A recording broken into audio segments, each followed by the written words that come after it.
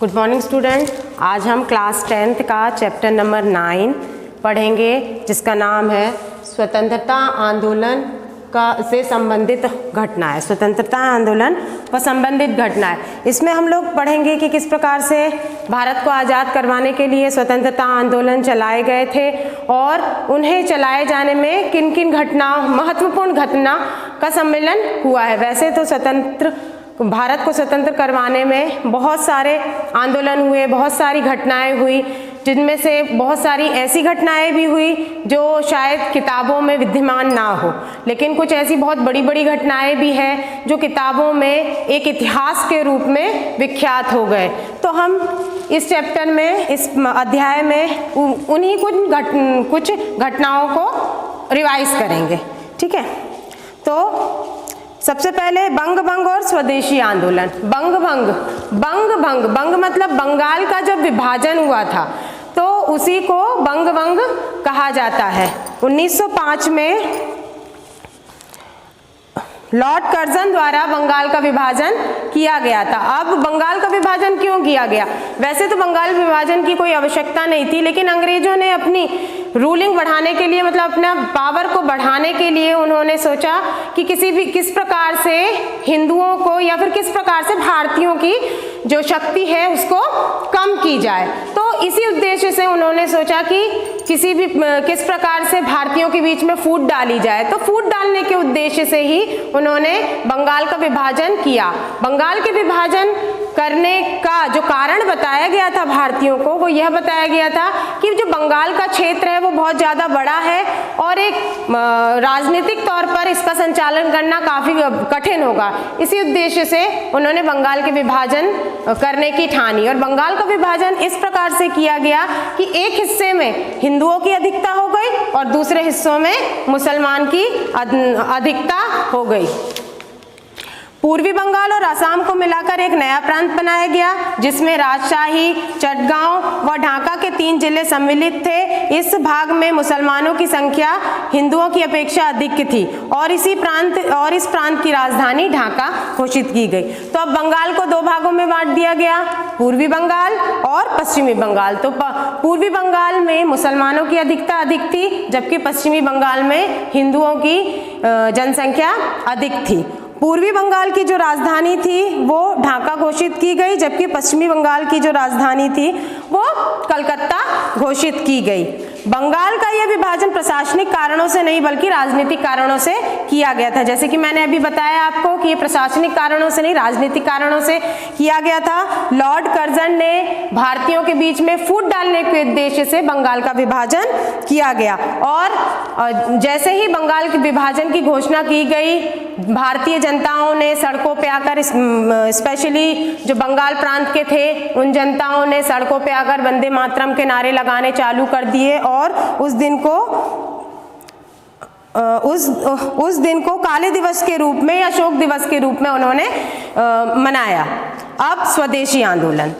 राष्ट्रवादी नेता स्वदेशी व ब्रिटिश सरकार पर दबाव डालने का राजनीतिक अस्त्र बनाना चाहती थी। अब स्वदेशी आंदोलन के तहत भी जो भारतीय थी वो ब्रिटिश पर दबाव डालना चाहती थी। वो चाहती थी कि किस प्रकार से ब्रिटिश पर दबाव डाला जाए कि वो भारत को रिलीज कर दे या भारत को मुक्त कर दे। इसी उद्देश्य से उन्होंने स्वदेशी आंदोलन को अपनाया। इस स्वदेशी आंदोलन में उनका मेन उद्देश्य था बहिष्कार। उन्होंने विदेशी वस्तुओं का पूरी तरीके से बहिष्कार करना चालू कर दिया।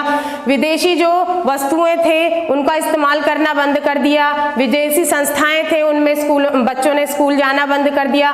तो इस प्रकार से विदेशी आंदोलन का महत्व रहा है। अब हम देखेंगे कि बंग भंग और विदेशी आंदोलन का क्या प्रभाव पड़ा। अब जब जैसे कोई भी घटना होती है तो उसके दोनों प्रभाव सामने आते हैं, अच्छे परिणाम भी सामने आते हैं, बुरे परिणाम भी सामने आते हैं। तो अब हम यहाँ पर देखेंगे कि बंग भंग और स्वदेशी आंदोलन के क्या प्रभाव रहे। तो बंग भंग के कारण एकता की भावना का विकास हुआ। अब अंग्रेजों का, वैसे तो बंग भंग का मेन मोटिव ये था कि किस प्रकार से हिंदू और मुस्लिमों के बीच में फूट डाली जाए और बड़ी आसानी से उन पर कंट्रोल किया जा सके, लेकिन हुआ इसका विपरीत। बंग भंग की के कारण हमारे देश में फूट तो नहीं डली, अपितु एकता की भावना का संचार हुआ। स्वदेशी के प्रति नागरिकों का सम्मान बढ़ा, जिससे मातृप्राय हो चुके हथकरघा, रेशम, बुनाई आदि अन्य पारंपरिक दस्तकार उद्योगों में नवजीवन का संचार हुआ। जब विदेशी वस्तुओं का आगमन हमारे देश में हुआ, सस्ते दामों में जब उन्होंने विदेशी माल को खरीदना बेचना चालू किया, तो इससे हमारे देश के जो छोटे छोटे व्यापारी थे वो पूरी तरीके से ठप पड़ गए थे, व्यापारी जो थे वो पूरी तरीके से बर्बाद हो गए थे। लेकिन स्वदेशी आंदोलन से इन्हीं छोटे छोटे व्यापारी, जो छोटे कारीगर थे, उनका संचार हुआ, उन्होंने फिर से अपने व्यवसाय को प्रारंभ करना चालू किया गया। तो इससे भारतीयों में एक आत्मनिर्भरता की भावना उत्पन्न हुई।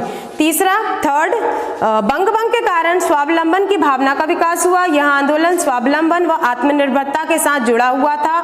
लोगों में यह भावना पैदा हुई कि अपनी प्रगति के लिए वह स्वयं आगे बढ़े। आत्मनिर्भरता के लिए स्वदेशी आंदोलन का अस्तित्व में आए और फिर व्यक्ति अपने आत्मनिर्भर बने।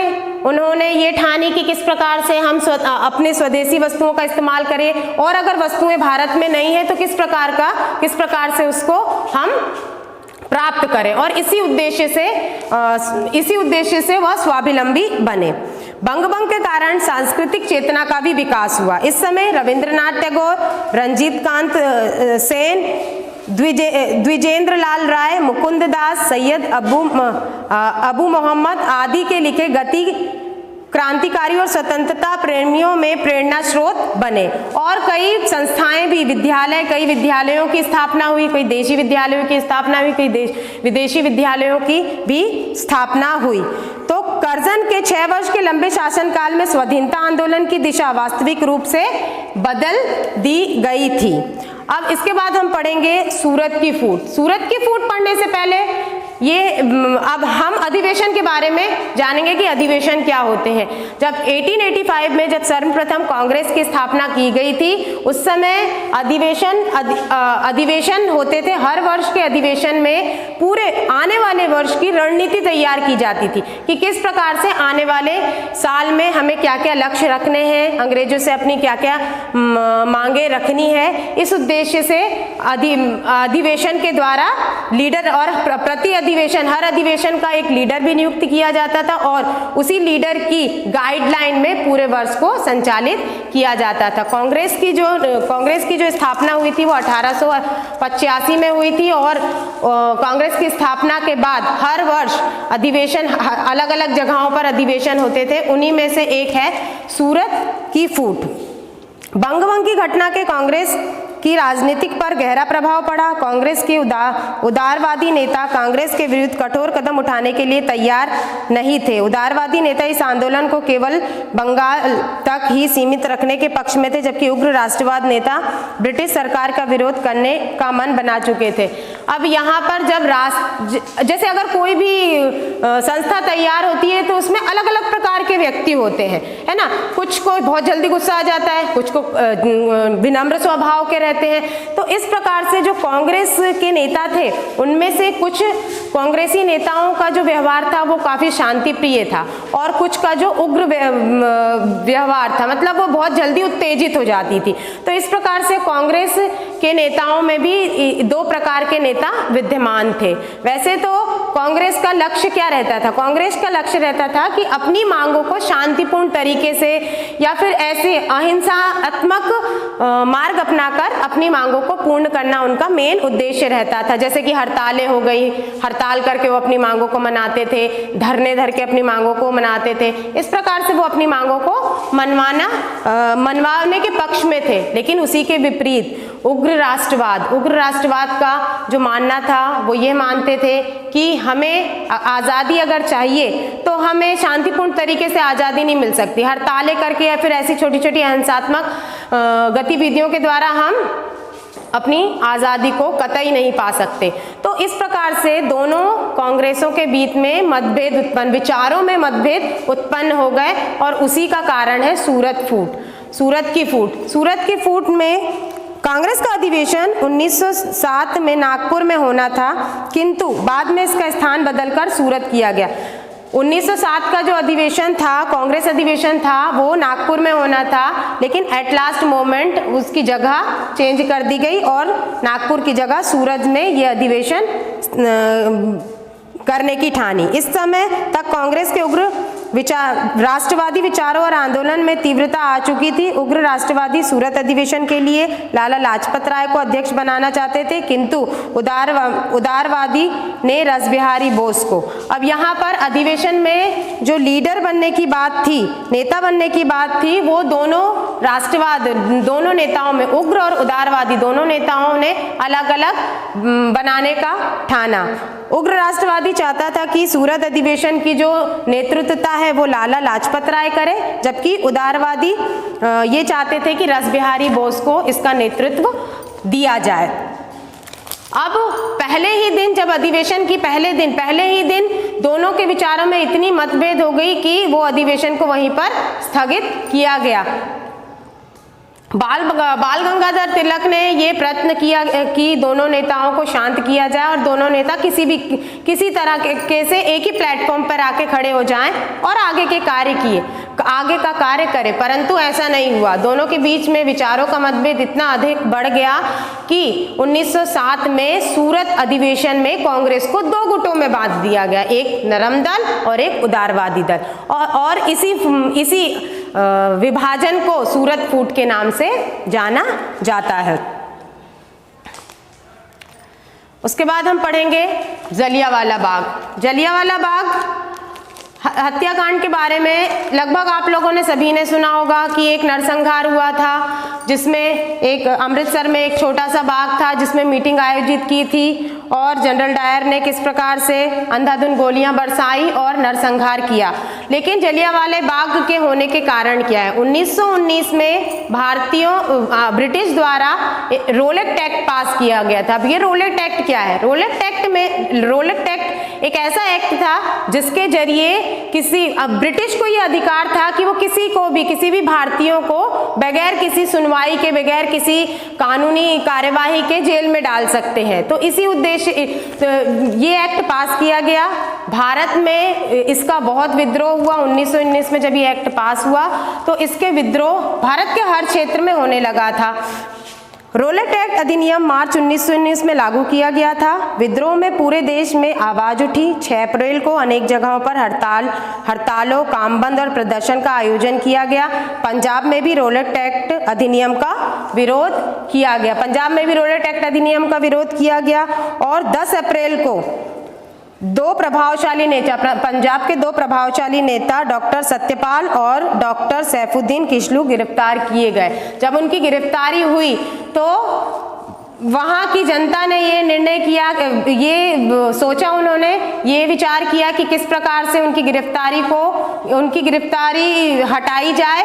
तो इसी उद्देश्य से उन्होंने ठाना 13 अप्रैल 1919 को बैसाखी के दिन अमृतसर में एक छोटे से बाग, जलियांवाले बाग में एक मीटिंग फिक्स की, एक सभा आयोजित की गई। वो बाग इतना छोटा था कि उसमें आने जाने का केवल एकमात्र रास्ता था। जैसे ही इसकी जानकारी जनरल डायर को लगी, जनरल डायर वहां पर अपनी सेनाओं के साथ पहुंच गया और एकमात्र जो रास्ता था उसे पूरी तरीके से घेर लिया और अंधाधुंध गोलियां बरसानी चालू कर दी। इस गोलीबारी में कई युवा, कई वृद्ध, बालक, कई लोग मारे गए।